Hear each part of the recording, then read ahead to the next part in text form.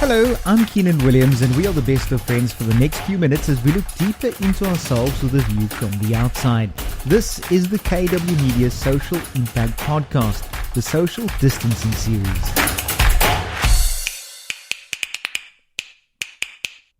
Who do you surround yourself with? Who are the people you surround yourself with? Who are the people who influence and have an influence on your life? That's what I'm going to be speaking about today.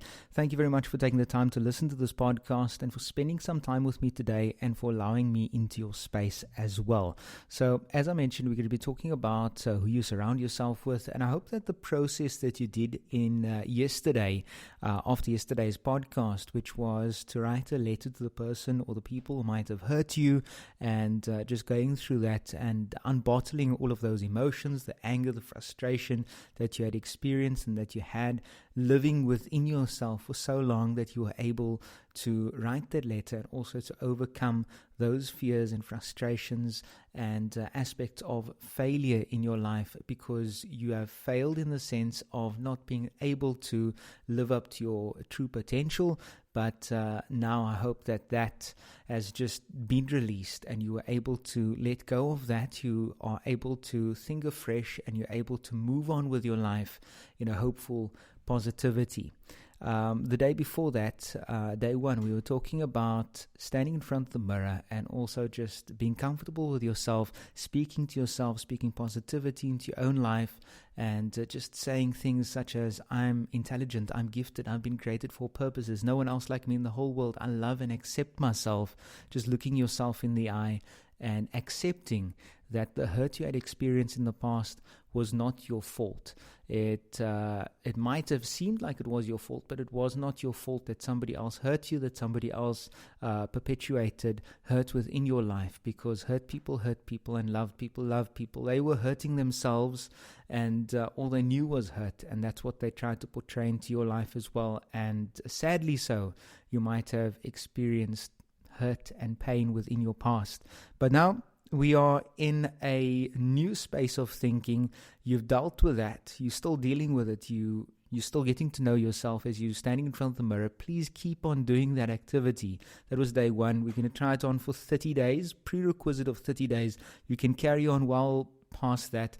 I started this activity in around 2012, beginning of 2012, just the end of 2011, 2012, and I still do that activity today by me just standing in front of the mirror, taking some time out. Sometimes it's not 30 minutes, sometimes it's less than that, but I still try to take the time out to stand in front of the mirror, speak to myself, and just speak those words of positivity into my own life as well.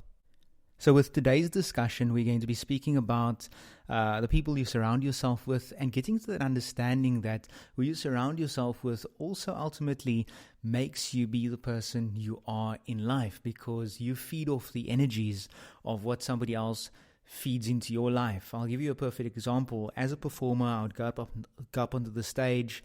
It can be for a magic show. It can be for other forms of things, such as doing motivational talks or anti-bullying campaigns at schools.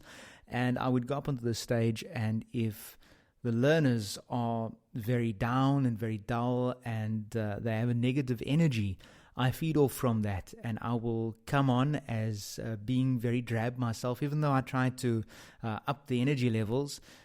If you're going to give me gefrekness, let's put it like that, just plain Cape Townian English, if you're going to give me a dead attitude, I'm going to give you a dead attitude. If you're going to give me life and vibrancy, I'm going to give you that as well. So if somebody else, the people you're surrounding yourself with, your friends, your family, your colleagues, are all negative and they always have this negative attitude, they wake up negative, they wake up complaining and moaning, and your friends are doing the same thing, you're going to have a negative attitude and you're going to have negative thoughts as well. Your day is not going to be bright, and if you're going to have people that's going to come into your life and they are positive and they're always happy, yes, you have different days where you're going to feel happy, you're going to feel sad, but I'm talking about the people that's generally in your life that speak more positivity into your life. You're going to feel that as well. You're going to feed off of that energy. So it's all about the people that's going to come into your life, and the people you surround yourself with, you're going to allow to fill up your cup. Remember, life is all about a cup. You need to have your cup filled up with lots of good things and lots of positive things. Yes, you have emotions of a bad day and you have emotions of a good day, but you need to have positivity flowing into your life as well.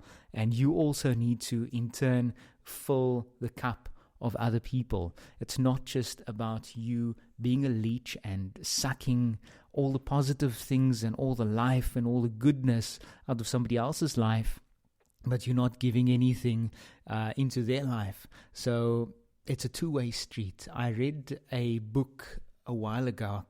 I can't recall the book's name, but in the book they were talking about, if you want to make friends, be a friend to somebody else.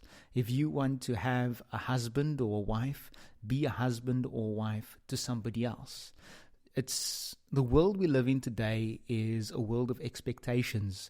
We live in a world where I expect something from somebody else, but I'm not willing to give of myself to somebody else as well. So I expect somebody to be my friend, but I don't necessarily want to be a friend to somebody else. So I'm going to fail in the regard of getting a friend because I'm not being a friend to that person. I'm going to fail if I'm going to expect my wife to be my wife and do wifely things, and I'm not going to be the husband she needs me to be. And I can't expect my children to be the children that I need them to be if I'm not going to be the father that they need me to be. So it's a two-way street. It ties in hand to hand. As your cup is filled, you need to fill the cup of somebody else as well.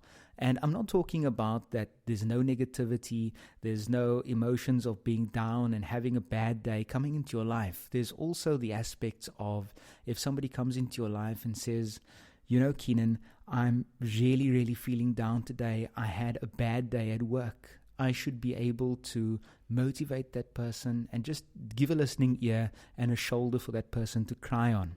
And that person, in turn, hopefully, will be able to be the person that I can go to as well and say, you know, I'm not having a good day. These are my emotions. This is what I'm going through, and just offloading. So the people you surround yourself with are the people who are going to add some positive aspects into your life and also something good into your life as well. Lifestyle coach Sean Collard always says that you should surround yourself with people who celebrate you and don't tolerate you. So don't hang out with people, don't surround yourself with people who just tolerate you for being there. Surround yourself with people who will celebrate you and believe in your dream more than what you do until such time that you believe in it too. I'll say that again. Surround yourself with people who celebrate you and celebrate your life and believe in you and believe in your dream more than what you do until such time that you believe in it too. Because sometimes you will come up with a bright idea, you come up with dreams and aspirations, you have this vision chart in front of you, and you have all these things that you'd like to achieve in life. Sometimes we don't believe it. Sometimes we just put a thing out there. It's an unreachable goal. It's a goal that you won't be able to get to. You just put it down there. It's wishful thinking. And you have people in your life who will believe that you would be able to achieve that you will be able to become a doctor, a CEO of a company, be able to do this, be able to do that, be able to come out of this comfort zone of yourself and be able to achieve your dreams. So surround yourself with people who believe in your dream more than what you do until such time that you believe in it too. I like what Steve Harvey says. I listened to a clip of his the other day. He's quite an inspirational guy. If you have the time, we're under lockdown at the moment and self-isolation and quarantine and social isolation and all of that stuff. So if you have the time to check out Steve Harvey on YouTube, just type in Steve Harvey motivation. There's lots of inspirational quotes and messages that he's doing on YouTube, and they upload it quite frequently, but it's old stuff. So you can look at it And in the one, he's talking about when you have your dreams, you have your visions, and you have your goals, you should write it down. Not just have it in the back of your mind and you're thinking about, I'd like to do this, I'd like to travel, I would like to do this with my wife and my spouse and my partner.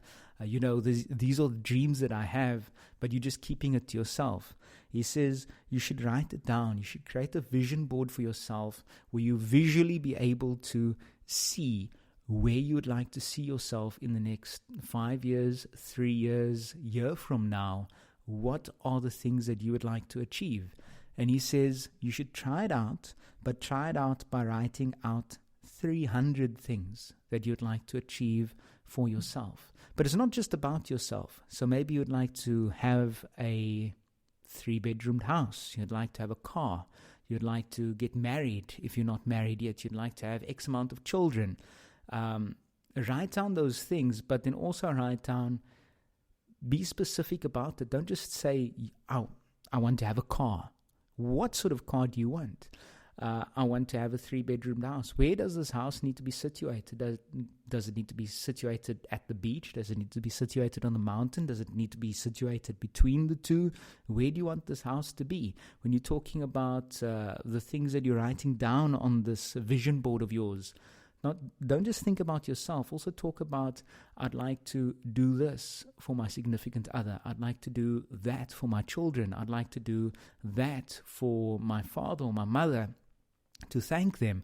I'd like to do this for my friend. So as you're doing this on your vision board, you look at it each and every day. Go to it each and every day as you're doing this process and you're getting into the hang of standing in front of the mirror. You look at your vision board as well during that time, and you look at the vision board and you tick off each and every day, what are you achieving?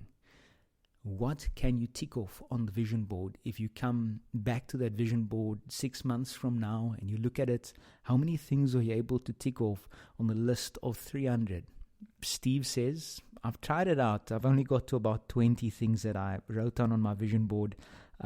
It's difficult to get to 300. Steve says that when you get to about 70, you will start scratching your head and be like, okay, so what else can I add to this? But he says, add 300. I'm still trying to. I think I'm at number 22 now. So if you're able to surpass that and go to 23, 24, 25, or even get to 300, do let me know on kwmedia.life. That's our website. So write down those things, look at it each and every day. And when you come back 6 months from now, a year from now, are you able to tick off? How many things are you able to tick off on that vision board? And if you look back at your life and you look back at what you had achieved and what you have gone through and the things that you've gotten right, the goals that you have achieved in your life and just the positive things in your life, how many of the things did you think that was just a dream when you were growing up, or when you were 20 years younger than now, or 10 years ago, you wanted to achieve something, and were you able to achieve what you were able to achieve? You should pat yourself on the back for that.